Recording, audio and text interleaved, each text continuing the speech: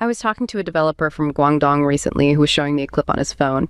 He had this look of quiet, almost eerie satisfaction. The video was only 10 seconds long, but it felt like a blockbuster. A seamless, cinematic sweep from prehistoric caves to a neon-lit modern city. The camera movement was so fluid and the texture so lifelike that I found myself squinting at the screen trying to find the digital seams. He told me he didn't use a camera, a crew, or even an editing suite. He just typed a few sentences into a beta version of ByteDance's new Seedance 2.0. To him, this wasn't just a tech update, it was a total reclamation of power. He kept saying it gave him director-level control, practically giddy that the boundary between AI and reality had finally blurred to the point of invisibility. He saw it as a victory for the little guy, a way to make the professional film industry look like a relic of the past. But things took a sharper turn when I mentioned the concerns coming from the industry veterans, the ones whose life's work is suddenly being mimicked by an algorithm trained on their own data. I brought up the warnings from people like the CEO of Game Science about deepfakes and the seismic displacement of traditional workflows.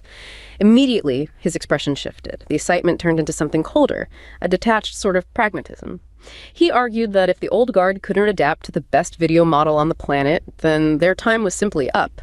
That sudden shift, from celebrating the beauty of the tech to almost dismissing the human cost of its disruption, was jarring.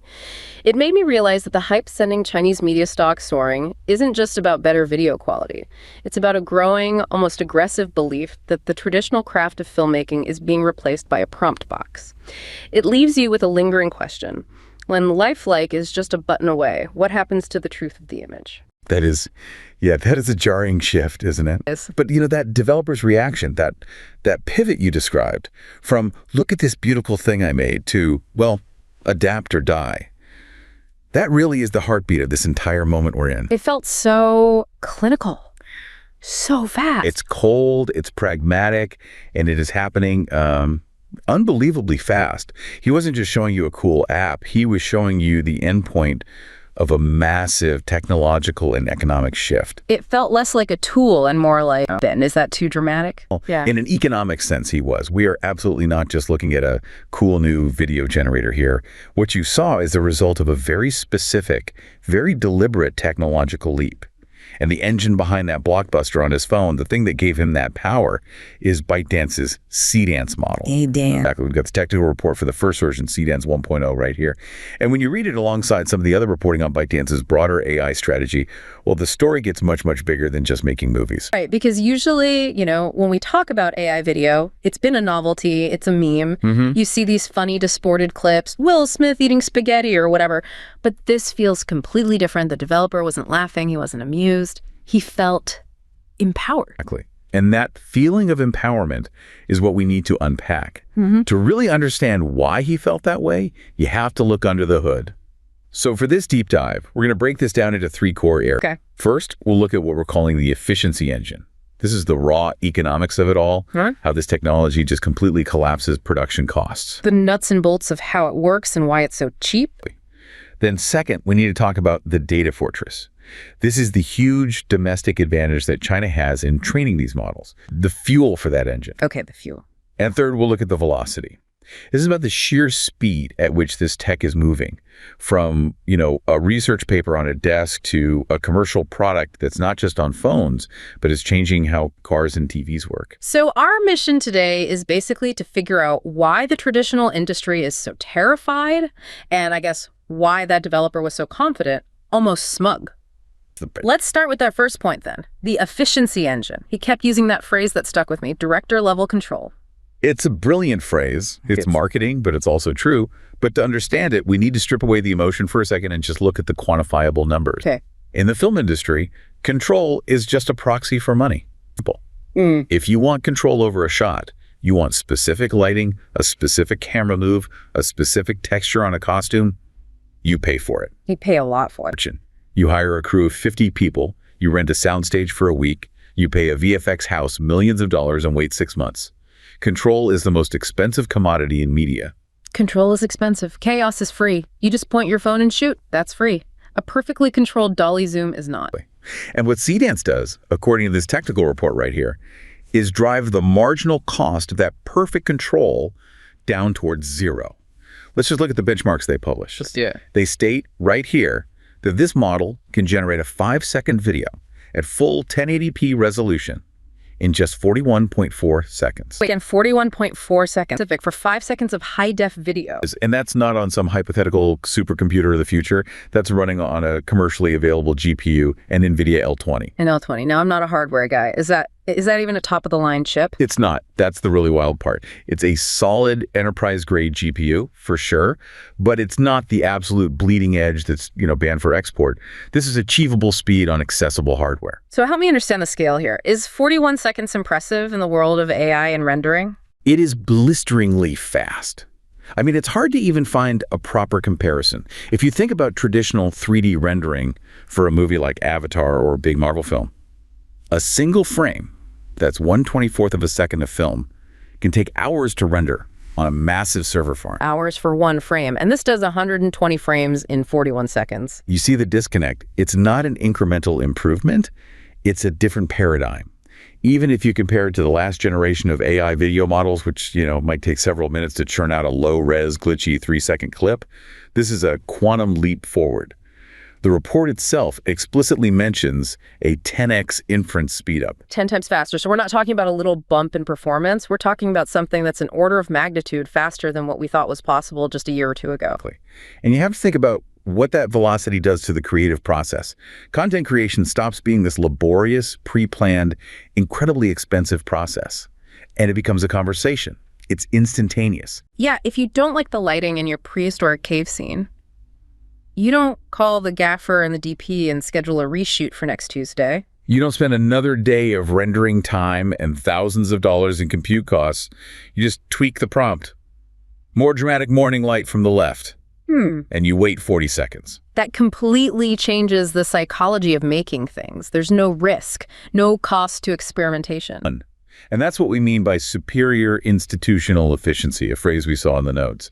It's not just about one talented developer. It's that the tool itself removes all the friction of physics, of logistics, of time, of money. So this is where that collapse of production costs comes in. Think about something like B-roll footage. Absolutely. A documentary filmmaker needs a shot of a busy city street at sunset.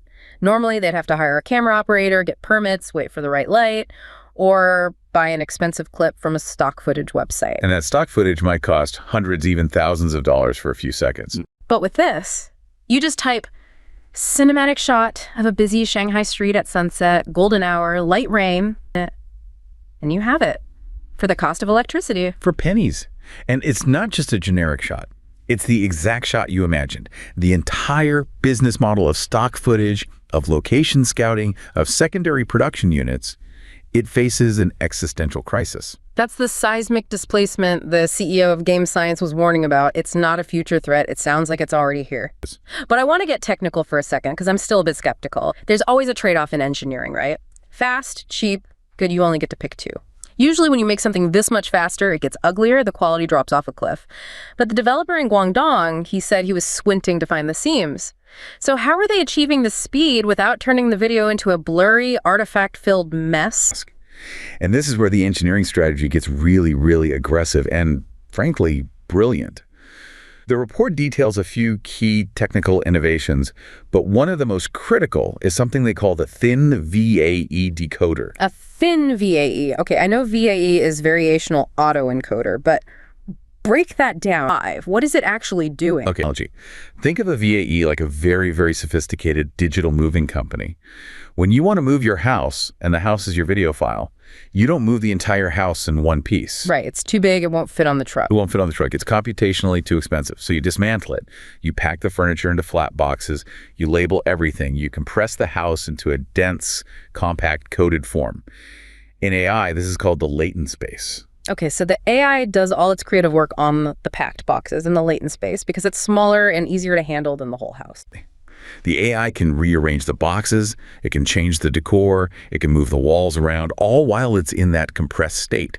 It's incredibly efficient.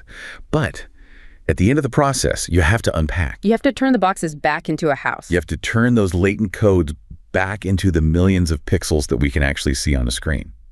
That unpacking process is the job of the decoder. And historically, that has been an incredibly heavy, slow process. It takes a ton of computing power to reinflate that data perfectly. It's the bottleneck in the whole system. It's a huge bottleneck. So the engineers at ByteDance looked at this and said, okay, our moving crew at the destination is too slow. We need a faster crew. They designed what they call a thin decoder. They ran an analysis on the whole neural network, and they realized that the final stages of the process, the parts closest to generating the actual pixels, were the ones dragging the whole system down. They were too. Okay. Exactly. So they systematically narrowed the channel widths in those final layers. They essentially put the decoder on a diet, trimming the fat without touching the muscle. If you narrow the channels, don't you lose information? Doesn't the furniture get scratched on the way out of the box? Don't you lose detail? And that is the magic trick. That's the core of the innovation. The report claims they achieved a 2x speedup in that specific decoding process without a perceptible loss in visual quality. They found a way to streamline the mathematics so efficiently that the human eye just can't tell the difference. But that's only one half of the speed equation. The other big driver is a concept they call trajectory segmented consistency distillation, or TSCD for short. TSCD. Okay, now we're really getting into the alphabet soup. It sounds super complex, I know, but the core idea is actually pretty intuitive. It's all about navigation. Think of an AI generating an image like it's a driver trying to get from point A, which is just static, random noise. It's like TV snow. Like TV snow. To point B, which is a perfectly clear finished picture of, say, a cat. A normal diffusion model, the standard way of doing this, takes tiny, tiny cautious steps. It's like a driver who checks the map every 10 feet. Am I still on the right road? Does this look a little more like a cat yet? How about now? It might take 100 or even 1,000 of these tiny steps to get to the final destination. Which is very safe and methodical, but incredibly slow. Painfully slow. TSCD is like giving the driver a much better internal GPS and a lot more confidence. It partitions the entire journey, the trajectory from noise to image, into a few large segments, and it forces the model to learn the shortcut across each of those segments. So instead of checking the map every 10 feet, it learns how to drive a full mile at a time with perfect confidence. So instead of 1,000 timid little steps, it learns to take maybe 4 or 5 bold leaps. The report says this technique allows for a 4x acceleration on the diffusion side of the process. So when you combine a thin decoder that unpacks the boxes twice as fast with a TSCD brain that navigates the map 4 times faster, you get that headline number. You get that 41.4 second generation time. Expressivization. And that explains the speed. But that still leaves the other part of the developer's claim, that director-level control. Because as we said, AI video usually feels like you're rolling the dice, you ask for a dog chasing a ball, and sometimes you get a cat, or the dog has 6 legs, or it melts into the grass. It's random. This developer felt like he was directing. And that right there is the consistency problem. For years, it has been the Achilles heel of AI video generation. And the Seedance report attacks this problem head on. They talk at length about multi-shot narrative capability. Multi-shot narrative capability. That sounds like a phrase designed to get Hollywood executives to pick up the phone. They are absolutely 100% courting professional storytellers. The model isn't just built to make one-off clips. It's explicitly designed to support consistent subject representation across different consecutive shots. So what does that mean in practice? If I generate a character, let's call him a detective in a classic trench coat, and I want a close-up shot of his face as he looks worried, and then I want a wide shot of him walking down a rainy street, it will actually look like the same person in both shots. The same face, the same coat, the same general look and feel. The report showcases examples of this, like a classic shot reverse shot in a dialogue scene. One character speaks, then it cuts to the other character reacting, and they both look consistent. Wow. Or they show a sequence where the camera starts on a close-up of a bicycle wheel and pans up to reveal the whole bicycle and the street scene around it. The model understands object permanence. It understands that the subject, the detective or the bicycle, needs to remain the same object even if the camera angle changes or the lighting shifts dramatically. That is absolutely huge, because without that consistency, you don't have a movie. You don't have a story. You just have a slideshow of disconnected, hallucinatory images. Correct. The report specifically mentions that it handles complex multi-subject contexts, and this is the key phrase, precise instruction adherence. This is what validates that feeling the developer had.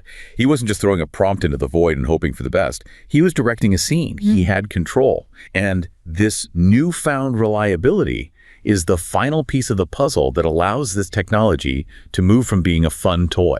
Something you use to make funny GIFs for social media. to a commercial-grade industrial tool that can legitimately displace a professional film crew. And that displacement, that power, brings us right back to the fuel, to the data fortress, because you can build the most efficient Ferrari engine in the world, but it's just a piece of metal if you don't have any fuel. It needs high-octane data. And this, to me, is where the story shifts, and you really start to see this massive strategic advantage. It absolutely is the core strategic advantage. If we look at the reporting, we see the sheer scale of the fuel that a company like ByteDance has access to. In the US, TikTok is considered a cultural behemoth, right? It has about 170 million users. Which feels like literally everyone is on it. It feels ubiquitous. But now compare that to their domestic numbers in China. Douyin, which is the original Chinese version of TikTok, has 700 million daily active users. 700 million. Toutiao, their news aggregator app, has another 300 million users. So you are talking about a combined ecosystem that touches nearly 1 billion people. Just on Douyin alone, their user base is more than double the entire population of the United States. And we have to really sit with that and understand what that means for training an AI model. It's not just about having a lot of videos discrete from the internet. That's what a lot of companies do. This is about the ecosystem. It's the interaction data. It's the interaction data. Every single swipe, every pause on a video, every like, every share, every comment, every single video that a user uploads, that is a granular data point. It's a signal. The expert quoted in one of the articles, Wei Sun, calls it an incredible wealth of information. It's a continuous real-time feedback mechanism. It's a living laboratory for what humans find visually engaging. Yeah. The Seedance technical report is not shy about this. They explicitly mention their process of multi-source data curation. This tells you they aren't just downloading a static data set of videos from the web. They're learning from the living, breathing ecosystem of nearly 1 billion people. This provides a scale and a quality of human feedback that is, right now, simply unmatched by any Western competitor. And the report even uses a specific technical term for this process, doesn't it? RLHF. Yes, RLHF. It stands for Reinforcement Learning from Human Feedback. Now, this is a pretty standard term in the AI world, especially for training large language models. Teaching a chatbot not to be rude or to give harmful advice by having humans rate its responses. Right. But ByteDance is applying this concept at a massive scale, specifically for video. They call it video-specific RLHF. So they are literally training the AI on what millions of humans actually find visually pleasing or beautiful, not just what a handful of data labelers in an office think. Exactly. The report talks about having specific reward mechanisms for qualities like motion and aesthetics. And where do you think the signal for those rewards comes from? It comes from those 700 million users on Douyin. If a video on the platform goes viral because it has this really smooth cinematic camera motion and dramatic lighting, the algorithm knows. The algorithm knows instantly. The system learns what makes people watch a video to the end. It learns what makes them hit the like button. It learns what they share. All of these user actions are used to refine what the report calls an aesthetic reward model.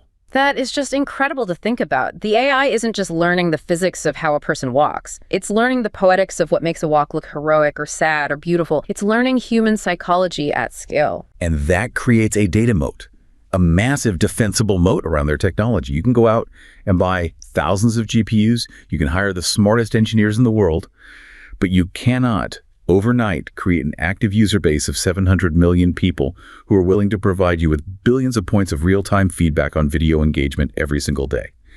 That is a structural, strategic advantage that is very, very difficult to replicate. Okay, but there is a big hurdle here, the elephant in the room that we have to address. We know there are sanctions. We know that the U.S. administration has put very strict rules in place to keep the most advanced AI chips, specifically NVIDIA's top-tier GPUs, out of Chinese hands. So how is ByteDance running this massive efficiency engine if they can't get the best parts? This is where we get into this fascinating concept of state-market synergy. It's a very specific dynamic that you see playing out in the sources. The Straits Times article, for instance, notes that ByteDance spent roughly $11 billion in 2024 alone on infrastructure. $11 billion in 1 year. That's not just a bet, that's an all-in move. It is an enormous strategic bet. And yes, while they can't officially get their hands on the absolute cutting-edge, top-of-the-line NVIDIA H100s or B200s, the analysts in the articles point out that they are finding ways to get what they need. They're using data centers located outside of China in places like Singapore.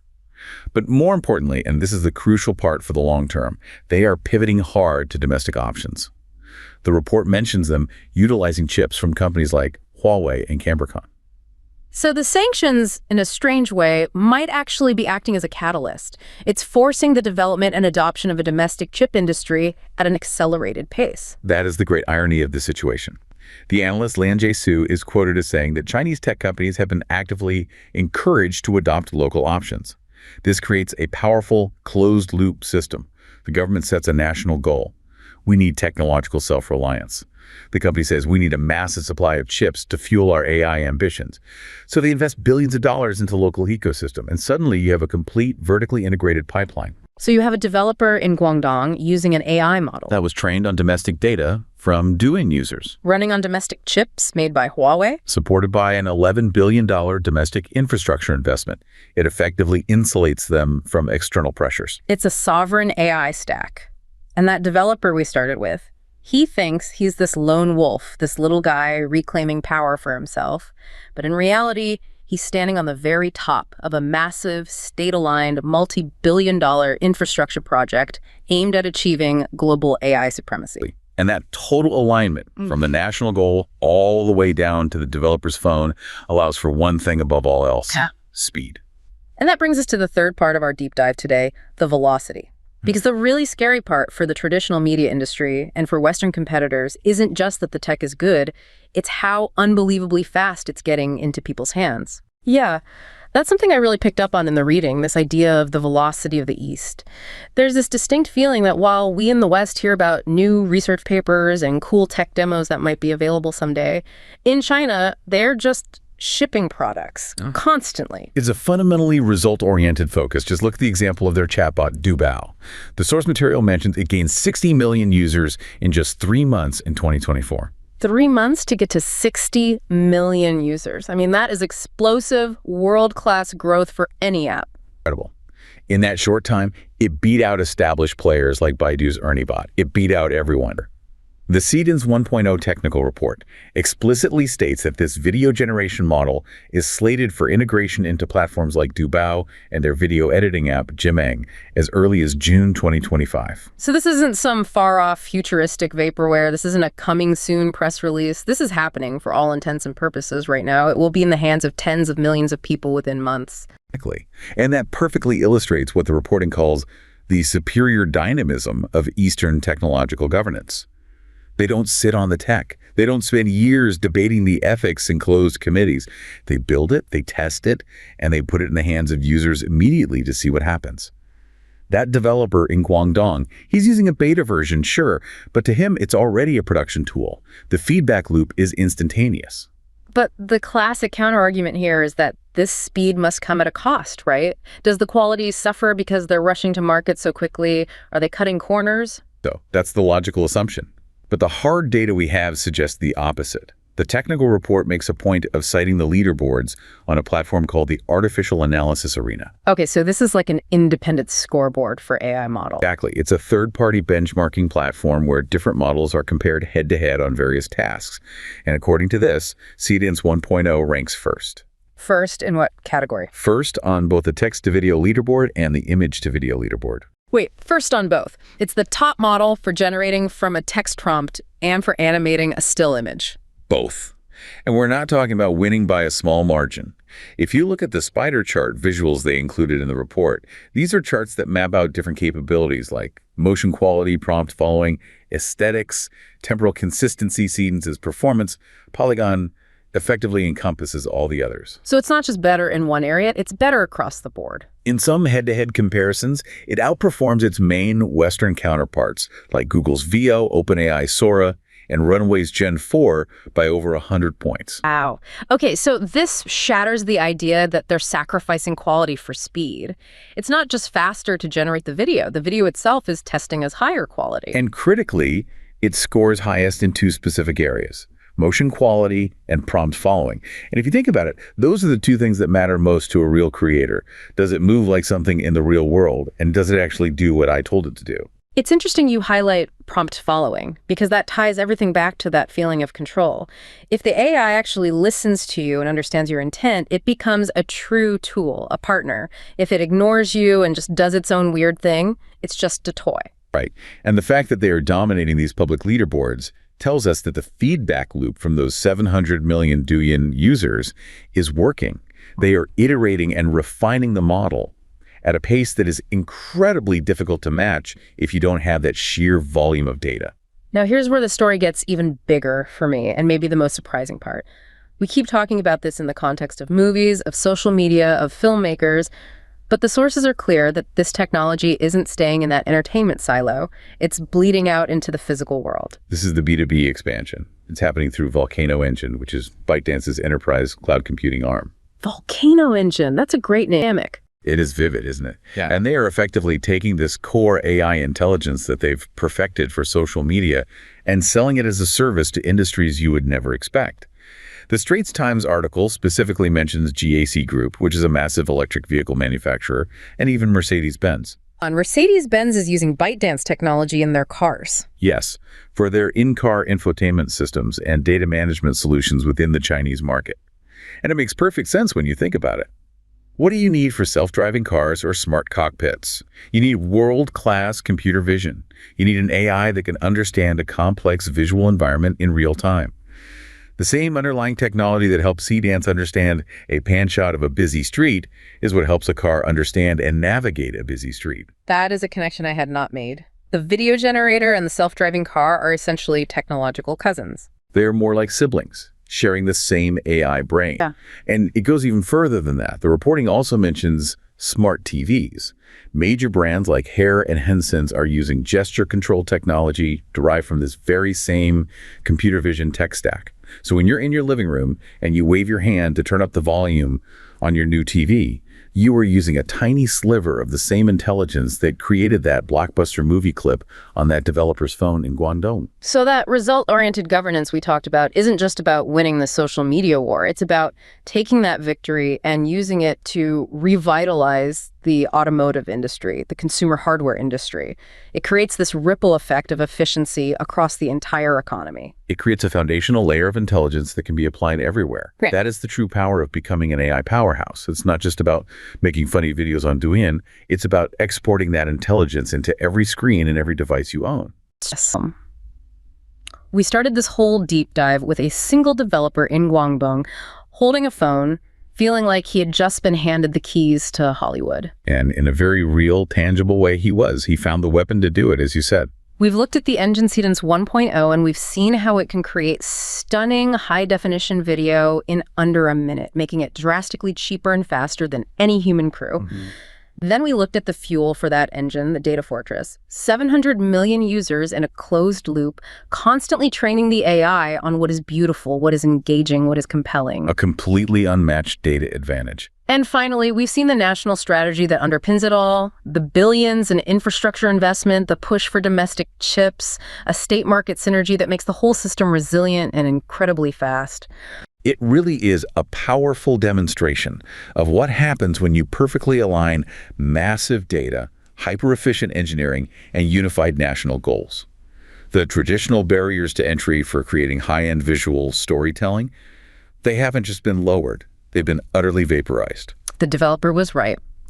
That director-level control he talked about is now, or will very soon be, in the hands of anyone who can write a sentence. But that reality leads us to a final and I think somewhat provocative thought. If we accept that this is the future, and history shows that this level of efficiency always wins, then we have to fundamentally redefine what creativity even means. So what do you mean by that? Well, for all of human history, creativity has been inextricably linked to craft. It was about the physical act of lighting a scene perfectly, the years of patience it takes to become a master editor, the skill of a painter's brushstroke. The idea was just the start. The value was in the execution. Right. The hard work. The hard work. But the efficiency and the speed of models like Seedance suggest that in the very near future, the definition of creativity will no longer be about the crafting of the image. The craft will be automated and perfected. The value will shift entirely to the speed of the thought behind the prompt. The speed of the thought. Yes. We are effectively turning every single smartphone user into a studio executive, capable of greenlighting and producing a film in under a minute. And they are all competing for attention in a media landscape that is about to be flooded with a tsunami of instant technical perfection. When everyone can make a blockbuster in 40 seconds, the image itself, the execution, it starts to lose its value. The only thing that's left is the quality of the original idea. Which is both an exhilarating and a deeply terrifying thought. Because for centuries, ideas were cheap, but execution was expensive and difficult. That's what created scarcity and value. We're now entering a world where execution is free and instantaneous. And when execution is free, the world looks very, very different.